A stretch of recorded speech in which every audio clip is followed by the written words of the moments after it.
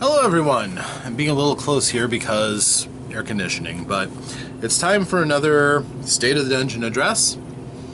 This was for the play session, August 8th, 2019. The game, 5th edition Dungeons & Dragons, Princes of the Apocalypse campaign. This is where the campaign kind of goes off the script a little bit, though. So if you're following along in the book, you're going to be wondering what exactly they're doing. Excuse me. We'll get to that. So the party has just closed the fire portal. They chased the guardian dragon off, closed the portal, hoorah. They'd like to seal it.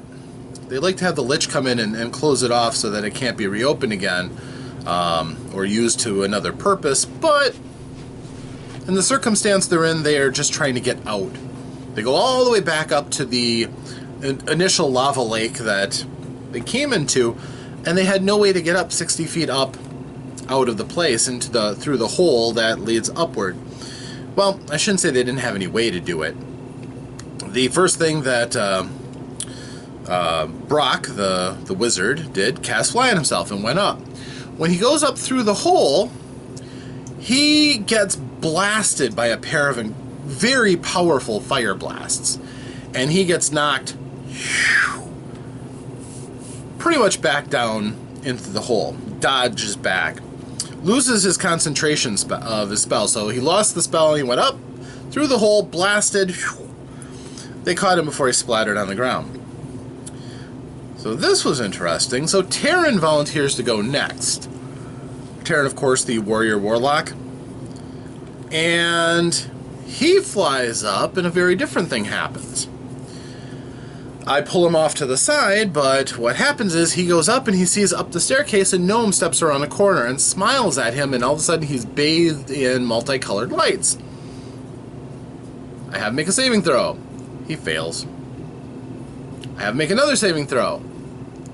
He rolled a 1 on his first saving throw, and I think he rolled a 2 or a 3 on his second, so he failed them both.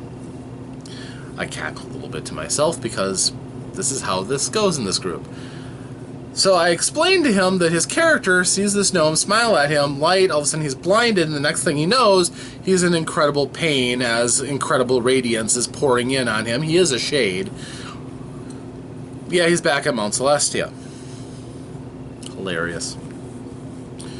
Then the group, after a lot of talking, a lot of planning, a lot of let's go back and heal, and just general bickering. This group is really good at bickering about which way to go forward. There are a lot of groups. I'm not singling them out as being uniquely special in this, but they decided that Donla, the warlock, has the ability to cast Dimension Door. So if he can cast Dimension Door up into the staircase, everything's cool. Well, the problem with that is he's teleporting basically from one demi-plane to the real world, and passing through this dimensional rift. I warned him might have some complications, but he tries, botches it because he's not a native born caster. As a warlock, they just kind of fake it. So I rolled to see just how bad it would be. They weren't going to teleport into a wall and die or anything like that, but it was going to be something different.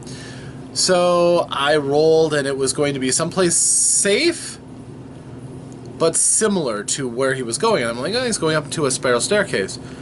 So then I was thinking of all the places that matched that description, what he would consider to be safe. And the last one I could think of was the Inn of the Welcome Wench in Hamlet.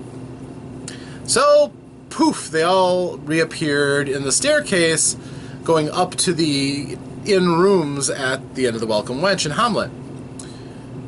Miles and miles and miles and miles away. Oh my.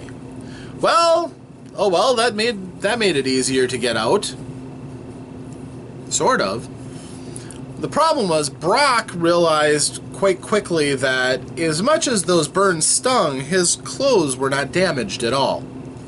They were illusions. As an illusionist, he could figure that out fairly quickly. But here's the thing. Terran's gone. that didn't seem to be an illusion. But if it was an illusion, what happened was Terran thought that he had died or somehow been imprisoned or something, and the illusion just basically put him into a comatose state. Still in the fire temple. Not good. So the group left and they went over to Princess Rosalind's villa that she bought and has expanded onto in her crusade to stamp out the cults, because she's still mad about them taking her prisoner by the air cult. And the princess was, of course, happy to see them. And Mordenkainen eventually walked out of the closet and goes, "There you are. Good job on sealing the fire temple. We have news for you." They're like, "Yeah, well, we can't go and take out the air temple because we don't have the elemental weapon. That's the key to the gate, and we don't have it." And Mordenkainen's like, "Well, you might want to hear this." And they're like, "Well, we can't get Wind Vane, which is the air elemental weapon, because Hydra has it. There's no way she's going to let it out of her sight." Well, not exactly. Turns out that in Tribor, which is north, most northern part of the valley, the bigger city in the valley, the place is being laid siege to by the general of Hydra, a big female storm giant who's been corrupted to her side, to chaos and evil. And her minions are four other storm giants. So there's a lot of beef on the table there. And of those, they are demanding that the people of the town submit themselves to Hydra, or they'll kill everybody. They'll drown the entire city, and they have the magic power to be very impressive and intimidating. The city could hold out against storm giants for a little while, but their magics would just be too much. They have ballistas and tall walls, and it wouldn't be easy. But here's the situation. Mordenkainen tells them that allies are scarce, but Wind Vane is in the possession of the Storm Giant General. Somehow, Hydra has entrusted it to her to ramp up her own powers. So she's nigh invulnerable while she has this thing. She has magical items all over her that makes her extraordinarily tough, and she's a Storm Giant. So, yes, they're in a bit of a bad spot. The positive side, Mordenkainen can rely on members of his circle to try to distract the other four Storm Giants. That's not a small task. But Mordenkainen is all about putting people into position to do the thing that needs to get done, and he has kind of resigned himself that these meddlers, these do-gooders, are the ones that the gods themselves have chosen to do this. So they've got to do the heavy lifting. But he will try his best to stop the other Storm Giants from interfering and let these guys have a shot. There's a couple of things that make this more likely. Number one, the Circle can give them expert information. They have gotten Rory the traitor has joined them as allies because he realizes he's not ruling anything if the world gets destroyed. So he's still just not a nice person, but he at least is invested enough to help them. And his divination could be very helpful. The other thing is that they have a couple of items that kind of equalize the field, or at least give them a shot once they know how things really stand. So they're determined to do this. So they go and tell him that Terran is gone and that he's unconscious in the temple. They finally, even though Brock didn't want to tell them, because he's more than happy if Terran's dead or gone, because Terran is mad at Brock and will probably do something horrible to him if given the chance. After all the bad guys are beaten, of course. But he's legitimately angry at him for sending him off to Mount Celestia in a wave of careless magic. So Brock didn't want to tell them, but eventually they sussed out that Brock was holding back information, that it was an illusion, that Terran was still alive and in the realm. But Mordenkainen had no other way of getting him back except to use the most powerful spell he had. A wish. Mordenkainen used a wish to bring Terran back. Unfortunately, Terran had all the memories of what happened. So, yeah, he's still mad at Brock. Of course, this means that Mordenkainen is suffering from the disadvantages of casting a wish. He is extremely weak. Anytime he casts magic, it's hurting him, killing him, really, at this point. And he is, unfortunately for him, unable to cast wishes anymore. He failed his rule for that. So he'll have to have a wish later on down the road granted by an item to give him another reroll at that. But right now he's in such a bad shape, it's all he could do to try to help out the group. He communicated with the other circle members, gathered up as many as they could. They got Otto, Tensor, Rary. Yeah, Otto, Tensor, and Rary. And they appeared outside of Tribor. Now, for those of you who've played in a Adventures League or know the Forgotten Realms, Tribor is a town in the Forgotten Realms. The Adventure Path books are written with the Forgotten Realms in mind, but I didn't have a convenient city to serve, so I just kind of used the ones that were there. So Tribor, in your mind, is in the Forgotten Realms. In this case, it's the northernmost city in the valley, the Celenton River Valley. It works. So they're outside of Tribor. The giants are demanding entrance to the city to talk to their leaders. And the group they quickly get into Mordenkainen's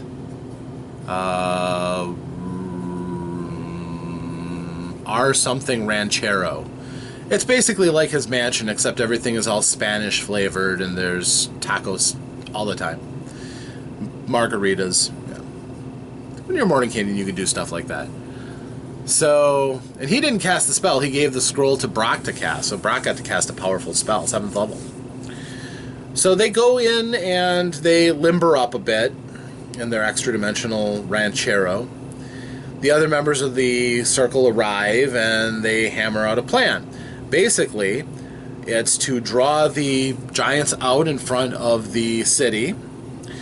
Terran was going to go in and get the ballistas to fire on the giants while the wizards screened off the storm giants who were not the general, and the party would go and take on the general and take her down. Figuring they're resourceful enough to take out 2 of the temples, they should be able to take out this giant. Possibly, somehow. So, the battle was basically engaged. Terran got up onto the walls. He sweet-talked the guards into not, turning him in or killing him, and to actually work against the storm giants. Because they weren't happy. They didn't want to do it, but their leaders were making them. So he talked them into basically getting ready to attack the storm giants. He then taunted the storm giants. All 5 of them. Yes, there were 5. The storm giant capped general in her full plate and everything, with a really high armor class. All the magical items she had, and wind vein on her back. Big sword. She has one who has gone a little berserker in his time in the elemental chaos. So he's got these long punch daggers strapped to his arms, delivered with all the strength of a storm giant and crackling with electrical energy. A nasty opponent, plus he can go berserk, and, well, berserk is bad for the heroes, but that's where he's at. They had 2 twin brothers who were the most sane of the lot next to the general, and they were very skilled at fighting side by side with their massive hammers. But the group split them up, so right now they're kind of they're fighting a storm giant, so they're individually very tough anyhow. And then there's the shortest of the lot is actually their shaman, who has spells. He is a spellcaster on top of all of his innate abilities as a storm giant. So Mordenkainen Invisible goes in.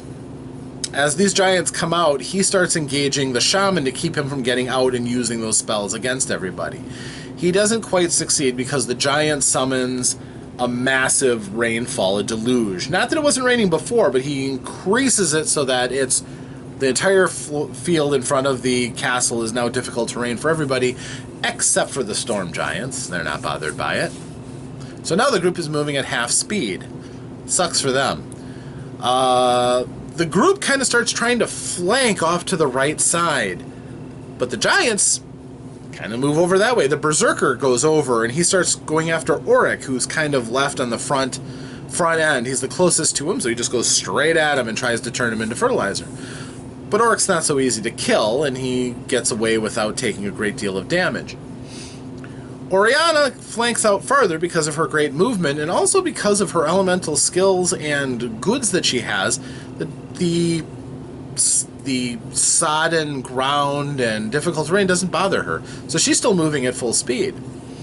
The others start lobbing spells and attacks. They attack the general who comes out. They find out that her lightning bolt, she can call lightning, and her blast is not only extremely devastating, but it also has a built-in dispel effect on anything that it hits. It can actually purge magic from things. So she starts calling it down on people who are resistant to lightning. One of the storm giants, one of the two brothers, uses his innate levitate ability to rise up so he can call down lightning tactically and throw rocks at people. Storm giant rocks are devastating. They're huge and they do a lot of damage. The group is kind of having some problems. Rary has done a quick analysis of the giant general and told Brock, whispered to Brock, all the order of the things that they have to shut down on her so that they can beat her. She has a variety of magical items on her, and if they don't stop her from using them, their job is going to be possibly completely impossible to do. They want to try to get her out of her armor because her armor makes her resistant to almost everything. Her boots stop her from being entangled or captured. Her circlet protects her mind from being swayed. Windvane gives her other abilities. She has several items in a pouch that they probably should stop her from using. So yeah, it's a rough road. To the plus, the Sorcerer Geth has been given an armlet by Tensor, which has transmuted his lightning spells into acid spells. So he's actually going to be effective against these giants. Some of the others have gotten either immunity or resistance to lightning, but really they were saving up their powers so that they could directly attack the giants. One of the brothers got caught with Otto's irresistible dance and is now dancing a jig rather than helping his allies fight. Can't concentrate on one of his spell abilities, so all he can do is dance. So that's one down. Rary has tried to cast 2 spells and they have failed. He's not having a good day. Tensor has tried to cast 2 spells that have also failed. The giants have been rolling ridiculously well for their saving throws. Ridiculously well. Morning Kanan, however, bleeding the whole time, because every time he casts a spell he is taking more necrotic damage, is shutting down the Storm Giant Shaman, who's still in the city and cut off from the rest of the fight. All they can tell is that there's giant crashes of lightning going on back there. More than that, they really can't say. So we only got so far in the fight before we had to call it for the night. It's just kind of how things were. It took them about an hour and a half just to get out of the Molten Colossus, the seed of elemental fire, the node. So, yeah, they're in a big fight. It'll be interesting because they were told they're supposed to concentrate on the general. If they can beat the general, they have won the fight. But these other giants aren't having it. The one Berserker, for example, if he gets to, really get underway, the group is going to have a hard time dealing with him. And Tensor has not been able to make anything stick on him so far. All the wizards are invisible. Tensor may actually end up reversing that, because Tensor doesn't mind getting in a good scrap, so yeah, he might end up saving that flank. But if Rary and Otto don't do significantly something to help the group, it's going to be a hard fight. Very, very, very hard fight. Now, on the one side, Oriana, to her credit, she realized that getting up close to these giants is just a massive amount of pain. She ran along the flank, as I said, but she ran up the wall, ran along the wall, and then leaped onto the back of the general and grabbed Windvane. So she's holding on to it, but it's mystically secured to the general, who's not real happy to have somebody grabbing onto her property. That's a development. Should be an interesting one. Fortunately, she has full cover behind her, so there's not much danger of her getting blasted or zapped by her allies. So, but that's where we stand. The group is kind of in a rocky place, fighting 5 storm giants, even with 4 of the most powerful wizards of Greyhawk there helping. But we'll see. If the wizards can start making some of the spells stick and trivializing the dangers of the other giants, so the group can concentrate just on the general, and a lot of it rests on Orc going up and damaging some of those magical items or lifting them off of her. It'll be interesting to see if the group comes up with something clever and creative and opens up ways of besting this supersized foe.